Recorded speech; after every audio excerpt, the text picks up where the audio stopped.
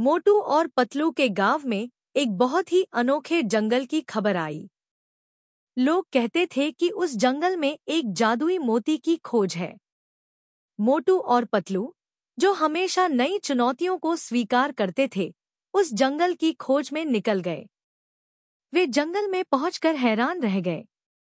वहां के पेड़ पौधों में अद्वितीयता थी और हर कोने में एक अजीब चमक थी। उन्होंने सुंदर झील की ओर बढ़ते हुए देखा, जिसमें पानी की सफेदता उन्हें आकर्षित कर रही थी। और फिर उनकी नजर एक चमकदार मोती पर पड़ी, जो झील के किनारे पड़ा था। मोटू और पतलू ने मोती के पास पहुंचते ही एक चमत्कार महसूस किया।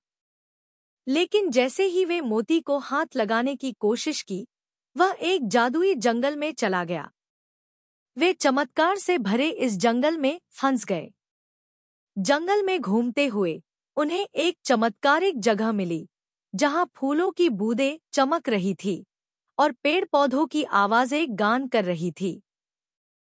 लेकिन वे फिर भी मोती को पाने के लिए परेशान थे। वे जंगल के गहने से चमकदार मोती की खोज करते हुए आगे बढ़े, परंतु उन्हें कई जटिलताओं का सामना करना पड़ा। वे जंगल के राजा महाराजा थे, जो अपने राज्य को सुरक्षित रखने के लिए किसी भी कीमत परेशान करने को तैयार थे। मोटू और पतलू को जंगल के राजाओं की परेशानी समझ में आई। वे उनकी सहायता के लिए तैयार थे, लेकिन उन्हें पहले उनके मनोरंजन का समाधान करना पड़ा। उन्होंने जंगल के एक अन्य राजा को मोती के बारे में सूचित किया, जो उन्हें जादूगरी मोती तक पहुंचाने के लिए उनकी मदद करने को तैयार था। राजा की मदद से मोटू और पतलू ने जंगल के भव्य राजाओं के सामने मोती की प्राप्ति की। राजा ने उन्हें बधाई दी और उनकी वीरता की सराहना की। इस अनोखे जंगल में अपनी यात्रा के दौरान मोटू और पतलू ने अपनी दृढ़ दोस्ती को और मजबूत किया।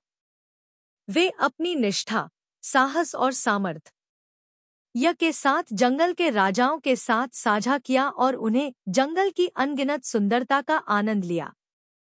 अंततः मोटू और पतलू ने जादूगरी मोती को प्राप्त किया और अपने गांव वापस लौट गए।